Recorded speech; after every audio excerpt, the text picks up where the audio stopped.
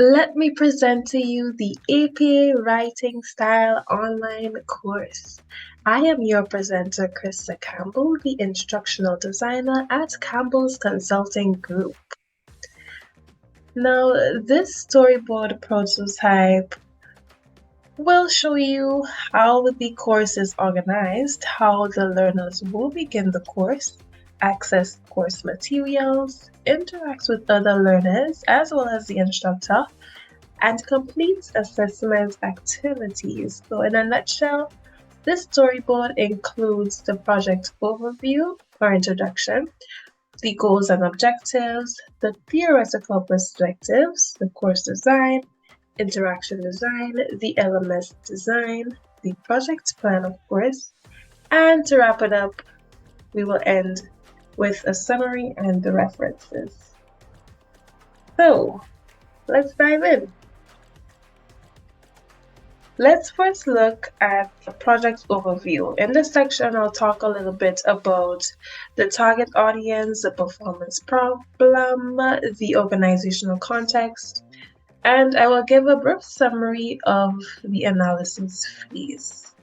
Regarding the target audience, the course specifically targets the part-time and full-time learners enrolled in the online undergraduate psychology program at VU.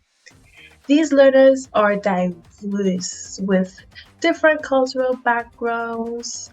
They are also adults between the ages of 18 and 80 years with several commitments, and some of them have varying disabilities and learning preferences.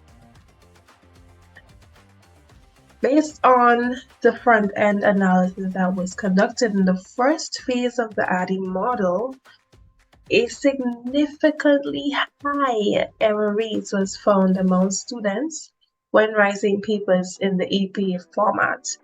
The literature has also highlighted 3 very common mistakes that students make when writing in the APA style. They are in-text citations, formatting, and referencing errors.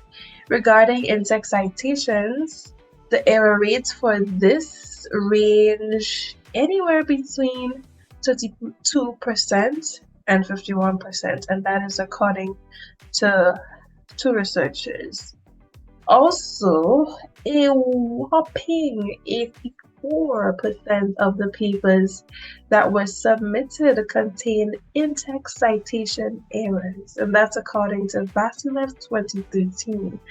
Regarding the reference list, so those were research conducted for in-text citation.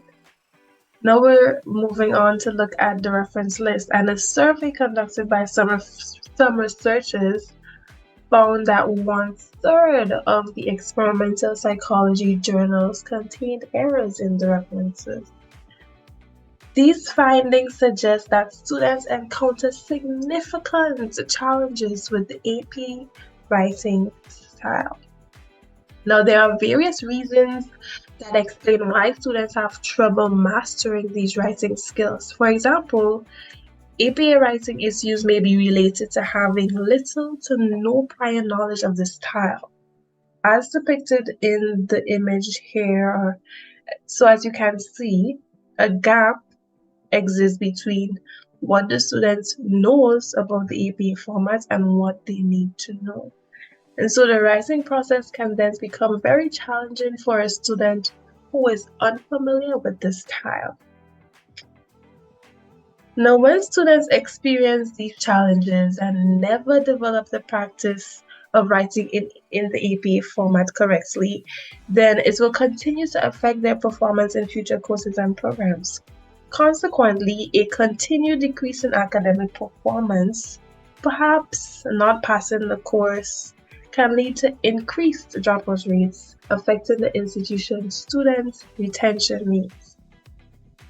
Since the citation its use can lower the academic standard, it can also affect the institution's ability to fulfill its mission of providing top-notch education and ensuring student success. because at the end of the day, it all boils down to the student's success. And BU cares about the success of its 60,000 plus student population. And so the APA Writing Style online course will help ensure that the APA guidelines are followed and the academic standards are met, thereby achieving the institution's mission and core values of accountability, excellence, and integrity. Before delving deeper into this DE solution, though, it is imperative to highlight that all of the data for this project was acquired using the secondary data collection method. Basically, it's a second-hand information which was made available online via websites, peer-reviewed articles, government agency, organizations, educational institutions, OERs, which is open educational resources, among other resources. Overall, the data collection process for this front-end analysis was pretty simple. Basically, after inserting keywords into repositories like Google Scholar, various sources were selected and evaluated using the CRAP test, which stands for Currency, Relevance, Authority, Accuracy, and Purpose, as highlighted in this image. Essentially, this evaluation technique helps ensure that the author's credentials, the publication date, the article length, the source type, quality, objectivity, coverage, and accuracy of information or content, among others, are scrutinized. Now, once this process was complete, the relevant data and information was obtained and incorporated into the project. And so we're going to move on to the goals and objectives of the course. So the intended goal of the course is to help students gain efficiency with APA writing skills.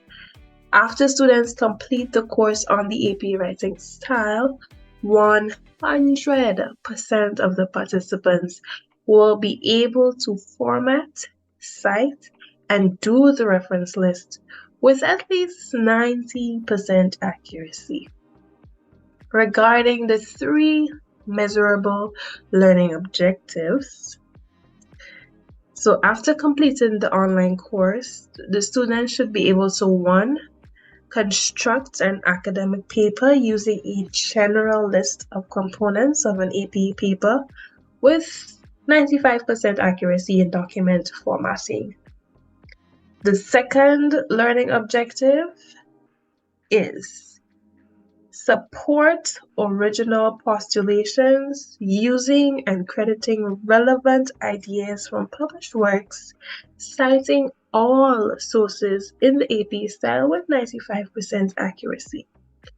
And finally, the third learning objective is using APA references guidelines, develop reference list entries for the corresponding works cited with 95% accuracy.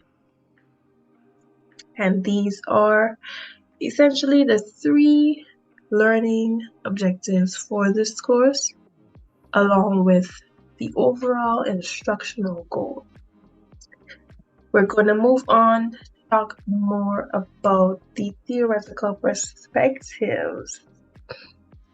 The 3 major ones that lays the foundation for this course include constructivism, Keller's arc model, and Ghani's 9 events of instruction. Regarding constructivism, first, you should know that it is a learning theory tremendously influenced by Jean Piaget and Lev Vygotsky. Some of the basic assumptions of this theory include learning is an active rather than a passive process. Students are active in this theoretical perspective in the learning environment. Students are active, and this approach is student-centered, so it's all about the students, not about the instructor, about the students. Also, learners construct their own knowledge. Learning is also collaborative and a social activity where students work together and learn from each other. So when this theory is being applied, or when it underpins a learning environment, you will see a lot of group work and team activities. Also, knowledge is personal. Students have their own unique perspectives. And so this also plays out in discussion forums, online discussion forums, as well as class discussions and assignments that give students the opportunities to share their perspective and, of course, back it up with research and scholarly data. So in terms of the applications, this course or this project, overall, the course will be student-centric. It will be about the students and it will encourage active participation. So there is no passivity or there's no passiveness, no room for passive behavior or passive participation. It's all going to be active. Students will be active in the learning process. It will encourage active participation in graded discussion activities and via the exploration and examination of the literature for assessments. Also, students will get the opportunity to share their unique perspectives in the online discussions and in the written assessments like the essay and the debate, which I will discuss further down in this session. Another way in which this theory is applied is through cooperative learning and collaboration. So there will be a small group activity which will be included in the discussion board.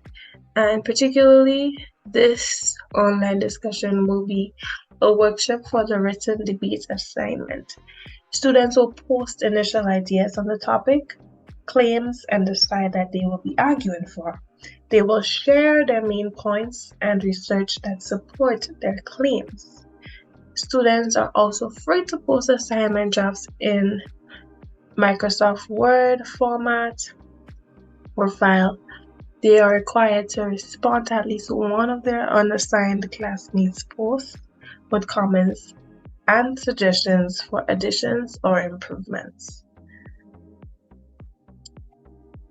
And finally, the instructor's role and interaction will be scaffolded and facilitating. So the instructor's role will be to facilitate the learning process. So they will therefore provide continued guidance, feedback, availability, and assistance throughout the learning process, from start to finish. The instructor will also provide videos, assist, and tutor throughout the process. So generally, the instructor will model, they will support, and encourage the diverse viewpoints in online discussions. And this is essentially how the constructivist or constructivism is applied or will be applied in this course. Moving now to Keller's ARC's model for motivation. John Keller, the mastermind behind this theoretical perspective, is an expert in the area of motivation, and he posited 4 components of motivating learners. They are attention, relevance, confidence, and satisfaction. As it pertains to each one of these components, let's look at attention first.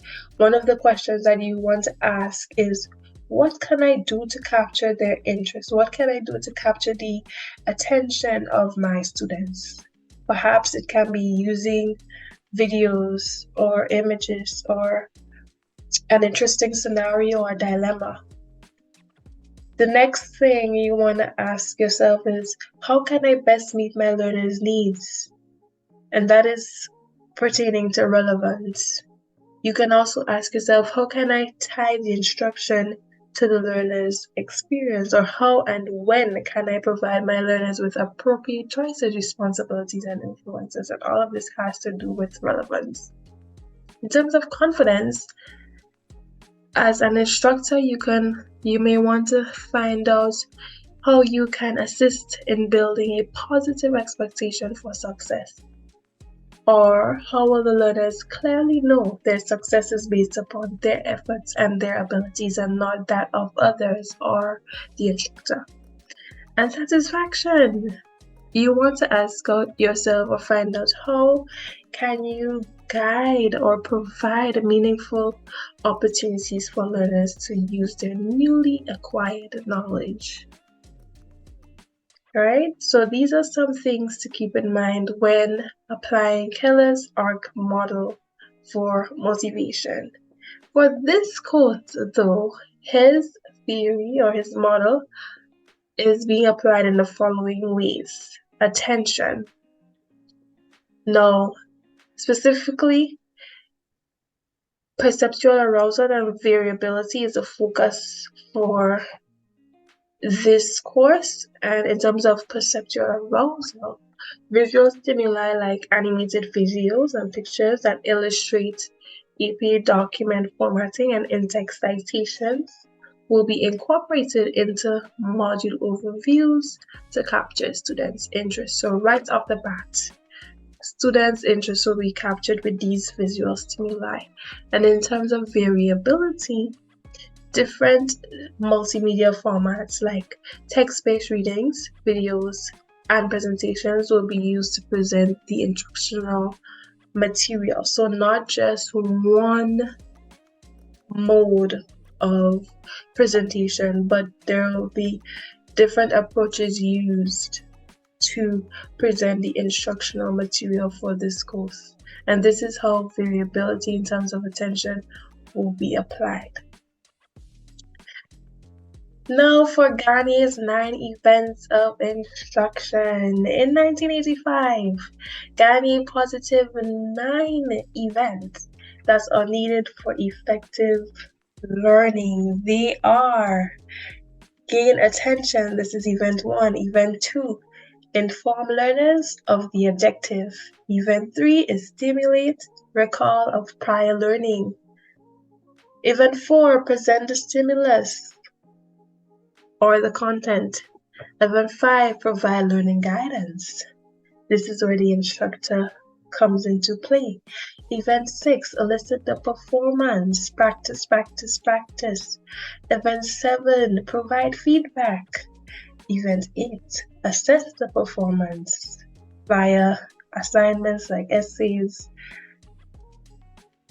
among other things. And last but not least, Event 9, enhance retention and transfer. And these are essentially the 9 events of instruction according to Robert Ghani. In terms of application to this course, Event 1, which is gain attention, will be applied in the following way.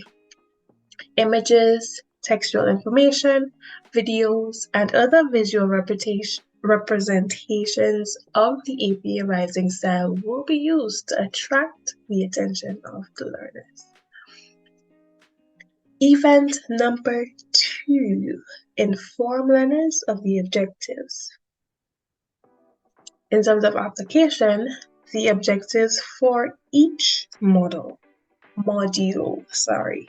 So the objectives for each module will be highlighted in the overview section of every module. So students will be able to see and they will be informed of the objectives prior to interacting with other course elements like the course activities, content, and assessments. Event 3, stimulate prior knowledge. In modules 3 discussion board, students will have the opportunity to review previously presented content via a Kahoot game, quiz knowledge check, or via citation activity. And these are the different ways that students will be able to, these are the different ways Prior knowledge will be simulated in Module 3. For Event 4, which is present the content of course readings, PowerPoint presentations, visual demonstrations, and videos that are relevant to the module topics will be used to present the instructional material. And this is how Event 4 will be applied in this course. Event 5 and 6. Let's look at provide guidance for learning Event 5. So examples, sample papers, and guided instructions for activities and assessments will be given. The instructor will also provide videos to assist and tutor throughout the process. And this is how guidance will be provided. Students will have sample papers to follow, to look at and follow on. And the instructor will also do their part in terms of guidance and provide tips and tricks to help students. Event 6 is elicited performance, and some of the ways performance will be elicited is through APA citation activities, knowledge checks, a Kahoot game, and other online discussion activities will be included in the learning environment to give students the opportunity to practice their APA writing skills and demonstrate their learning. All right, coming down to the last 3 events. Event 7, which is provide feedback. So, constructive feedback will be provided to students by the instructor, by assessment feedback, and the discussion board. So, in the discussion board, the instructor will respond to some of the posts that students make, and the instructor will also be readily available and accessible via email, phone, or video conferencing. So essentially, the instructor's online office door will always be open. Students will also receive feedback from peers via online discussions. Event 8, which is assessed performance. So performance will be assessed via an essay, written debate, oral debate presentation, and a reflection journal. These are the assessment activities for this fully online course. These assignments will help the students demonstrate their learning, apply what they've been learned, and most importantly, achieve the learning objectives mentioned earlier. And finally, Event 9, which is enhance retention and transfer. The assessments, activities, and module reviews will help enhance their retention. And this is how all of Ghani's 9 events will be applied in this course. Let's move on now to the course design. And in this section of the presentation, I will look at the course design overview, grading rubrics will be presented, and the course sequencing outline will also be discussed. All right, so let's dive in. First up, we have the course design overview. And this basically shows how the different course elements are aligned with the learning objectives, and it also highlights the different applications of Ghani's 9 events of instruction and Keller's ARC model. So for instance, we have module 1, which is the document formatting for APA 7, or in the APA 7 writing style rather. The learning objective for this module is, after successful completion of the module, the students will be able to construct an academic paper using a general list of components of an APA paper with 95% accuracy in document formatting. In terms of content, students will have to read two papers. Yeah, they will have 2 readings. They will have to watch a video, and they will also have to go through an infographic. And in terms of application of Keller's arc model, we see here that attention and variability, as well as relevance, is being applied. And Ghani's event number 4, which I believe is present the content or the stimulus, is being applied here as well. Also, the activities for this module include knowledge checks like multiple choice questions, a discussion forum where students will share essay ideas and essay assignment drafts. And in this forum, the instructor will provide helpful tips in video formats or in a textual-based format. And finally, we have the assessment, which is an essay. And here we have G7, which is Ghani's event number 7, and 8 being applied here for activities.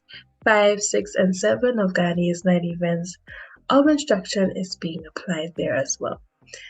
So this is for module 1. The next 2 models is basically the same. The only difference is that constructivism is being applied in module 2, because in this module, the small group activity is included. And other differences would be with the assessments, because for each module, there's a different assessment. For example, for module 2, there's a written debate and reflection journal. For module 3, there is an oral debate video presentation and the reflection journal part 2.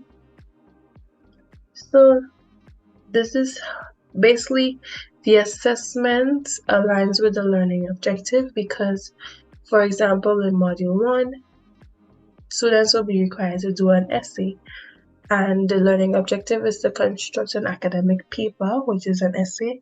Students will be given a general list of components for an AP paper and other requirements, and they are expected to construct or do that essay, complete that essay with 95% accuracy in document formatting. The focus here is document formatting.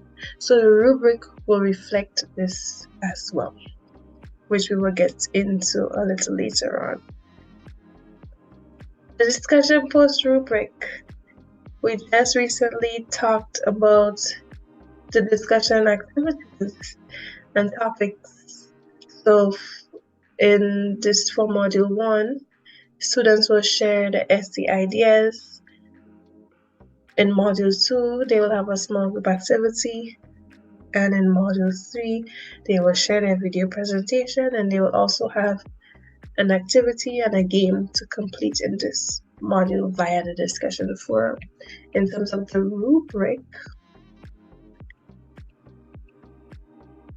this is what it looks like. The criteria for the discussion posts include content. The posts respond thoughtfully and directly to the topic. Posts are presented clearly and logically, and ideas are well organized and show critical and deep thinking.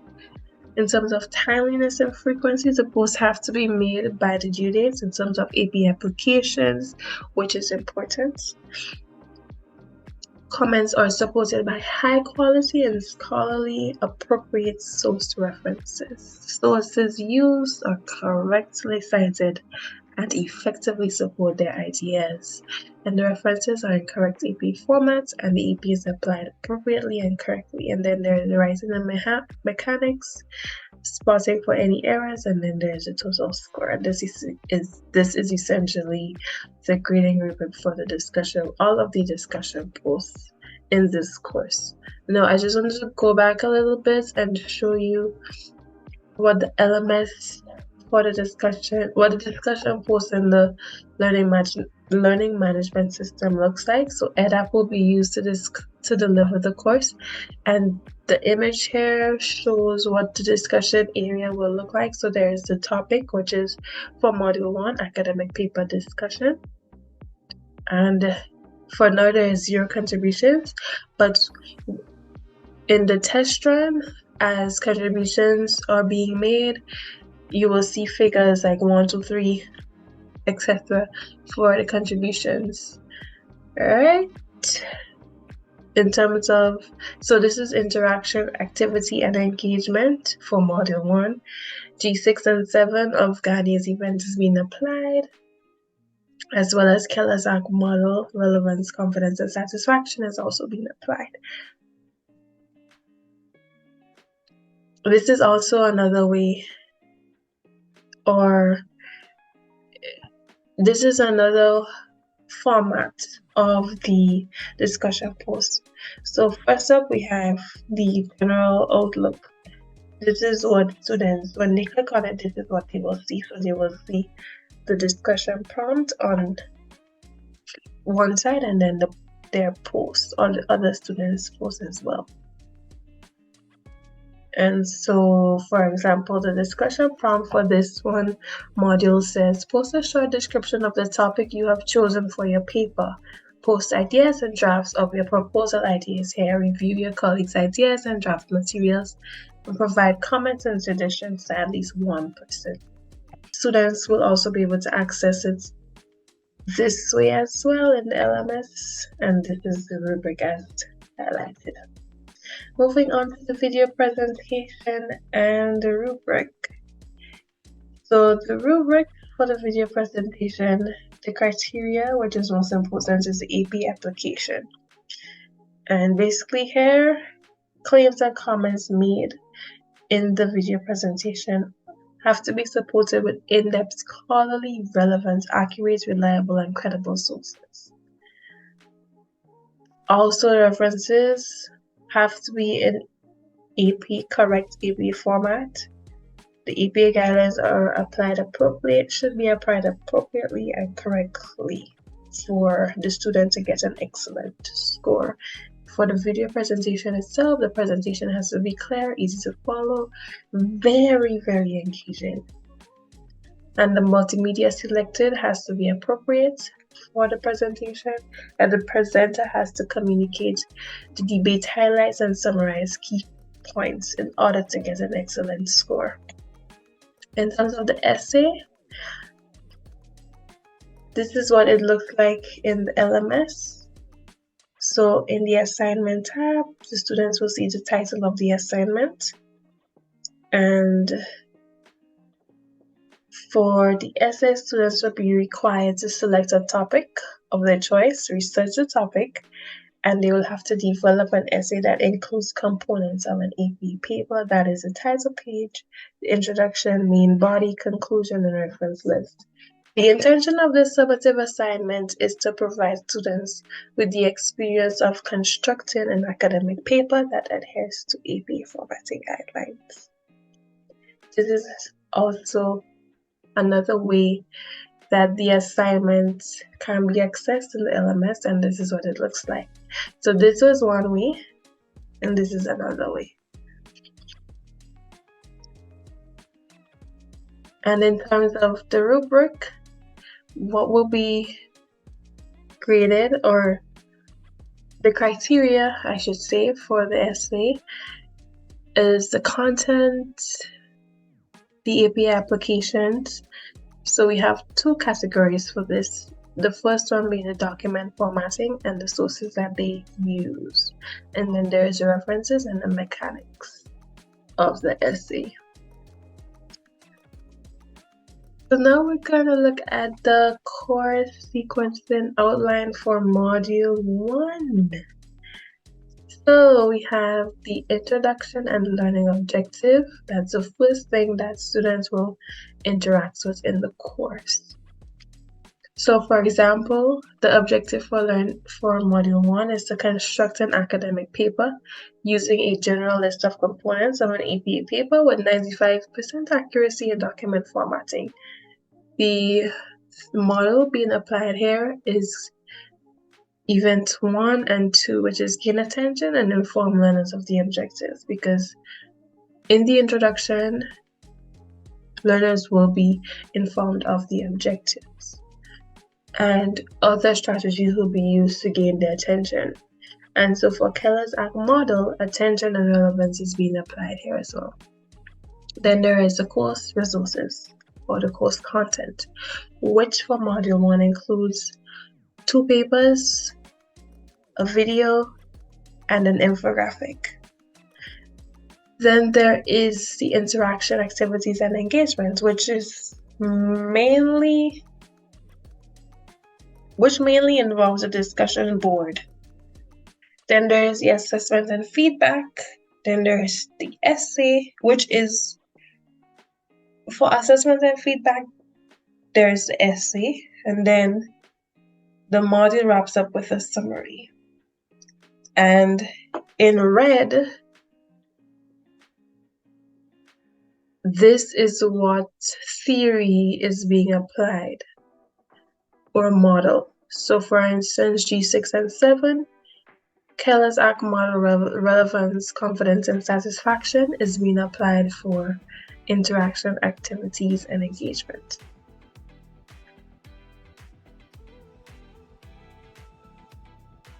This is what the course sequencing looks like in EdApp. So there's the introduction, as mentioned before, the module overview, where the learning objective is being presented. Then there's the course resources. So there is the text-based readings, the papers, the video, and the infographic. Then in between, there's knowledge checks like the multiple choice questions. Then there is a summary. And at the end, there is a quick survey as to how the student feels about the course, the module. So for the content selection for Module 1, as mentioned before, students will have to interact with 2 papers, an infographic, and a video. And this is what it looks like in the LMS, in EdApp.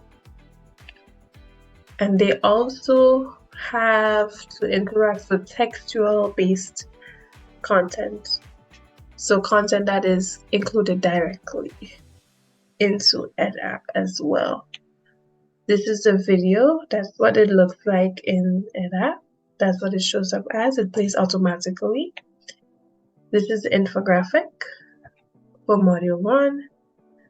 This is the textual-based content included directly on headings and subheadings.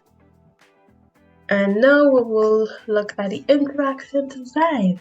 So how will students interact with the instructor, other students, and the content? Well, the instructor will provide videos to assist and tutor throughout the process. And this is how the instructor will interact with the students. The instructor will also be readily available and accessible to students in the online classroom via email, phone, and video conferencing. And as mentioned earlier, the instructor's online office door is always open. So students are free to send an email at any time to request a Zoom session, or to ask a question, or to receive feedback, to make an inquiry, etc. And the instructor will also provide feedback in discussion posts and assessments. So the instructor essentially will interact with students in the discussion forums, and the instructor will provide feedback for the graded assessments. How will students interact with each other? Well, they will do so in the online discussion boards, and they will also communicate and collaborate with each other via email, personal messaging, or video conferencing if or when necessary. And finally, students will interact with the content. And what content exactly? Well, they will engage with videos, PowerPoint presentations, readings, and images like the infographic seen before or shown before. The LMS design. EdApp is being used to deliver this course. Now, the course will be delivered fully online, asynchronously via EdApp.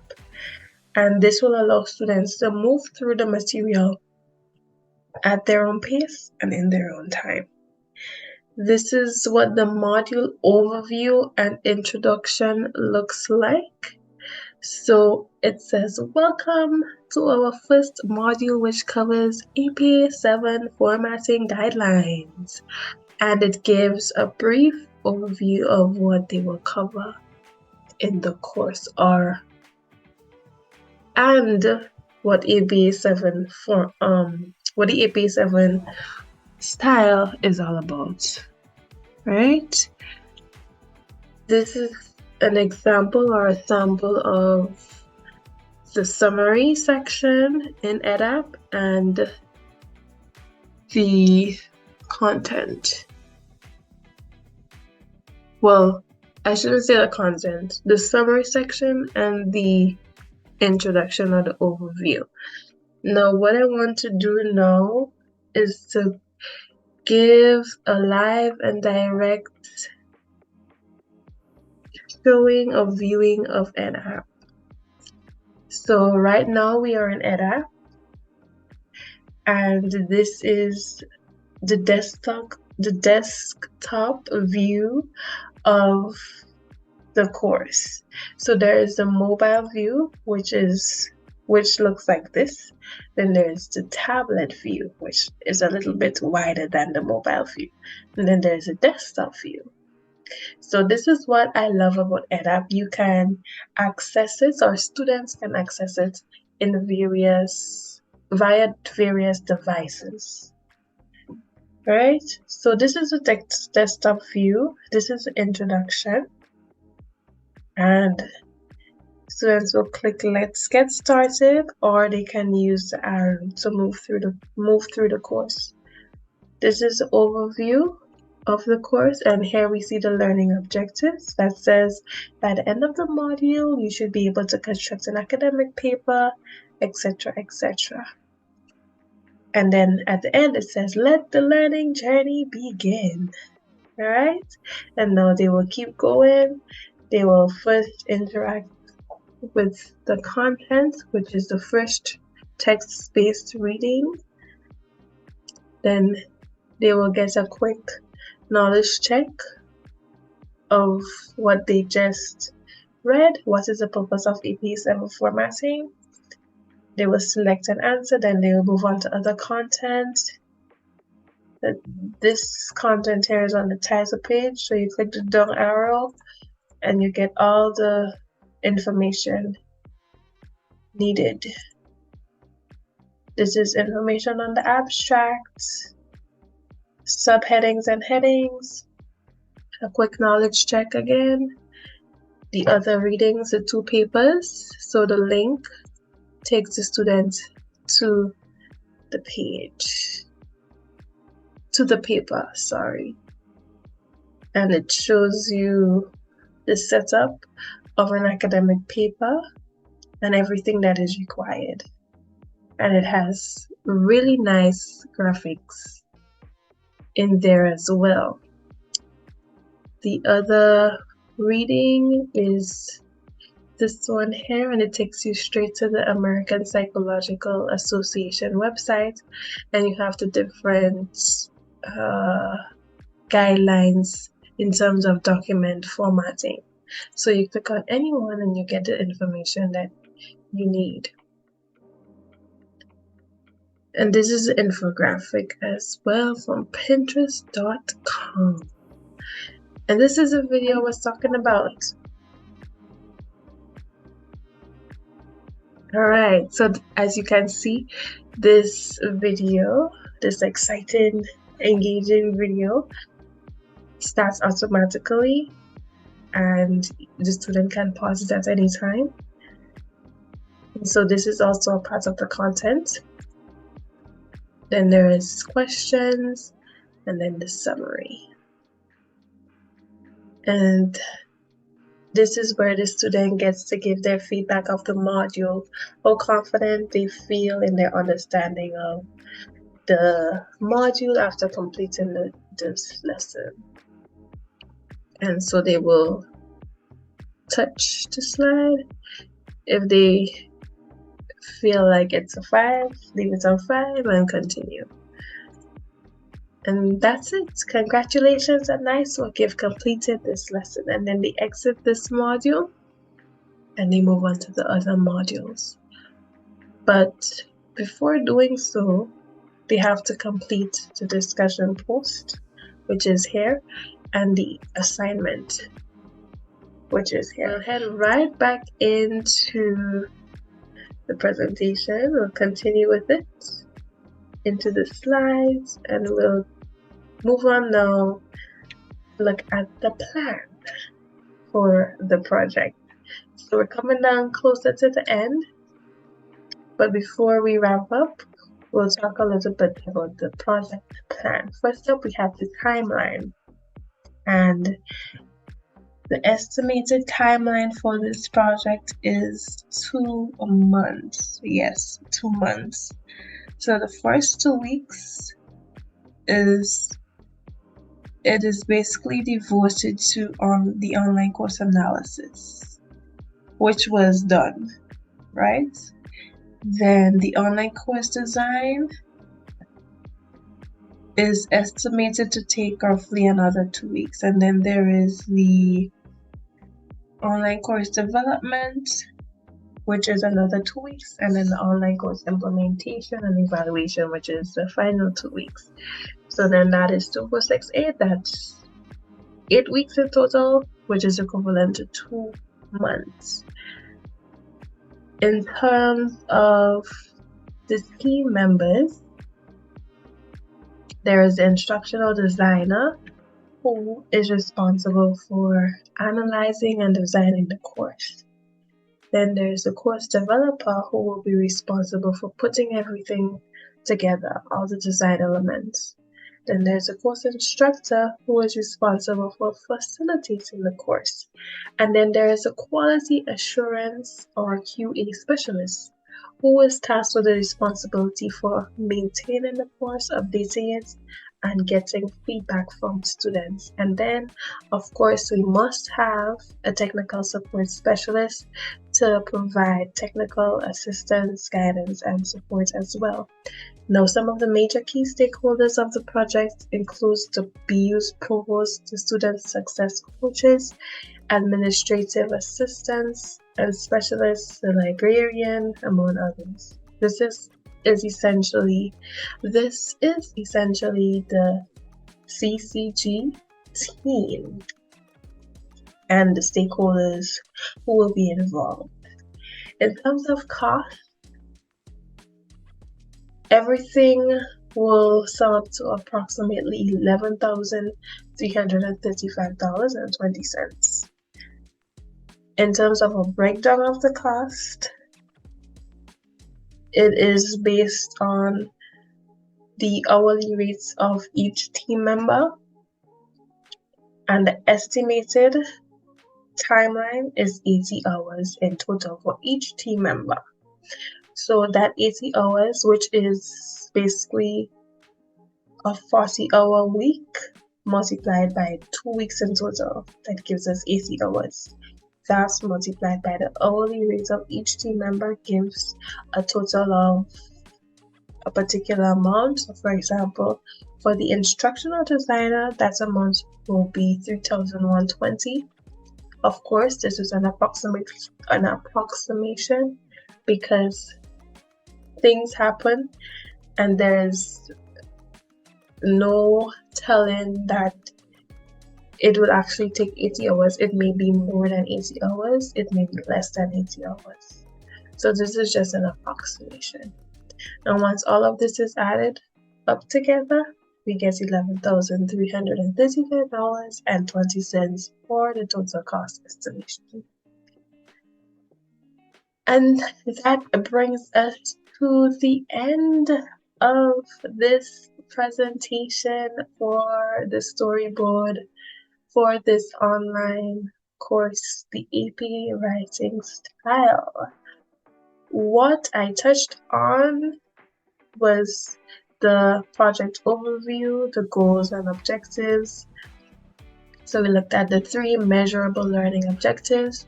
We looked at the target audience, the performance problem, I also touched on the theoretical perspectives that is being applied in this storyboard or this project, and the three major ones are constructivism, Garnier's 9 events of instruction, and Keller's ARCS model.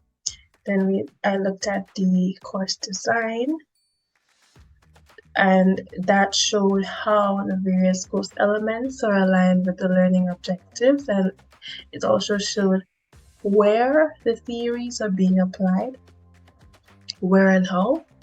Then there was the interaction design, which highlighted how the students will be interacting with the instructor, the course content, and other students. Then there was the elements design, and I got to show you live and direct from the website itself, from EDAP itself, how or what the course looks like in EDAP. And then I talked a little bit about the project plan timeline, which is expected to be in a 2-month period. The cost, which is roughly about a little over $11,000, and the team members and stakeholders involved, myself as an instructional designer, the course developer, the instructor, the quality assurance specialist, and then there were the stakeholders like the provost, the success coaches, among others. And then we're at the summary, we're wrapping this up, and so I will just show you now the references that was incorporated into this project. And that's a wrap, folks. Thank you so very much for your time and attention. As always, I look forward to your feedback. Thank you so much.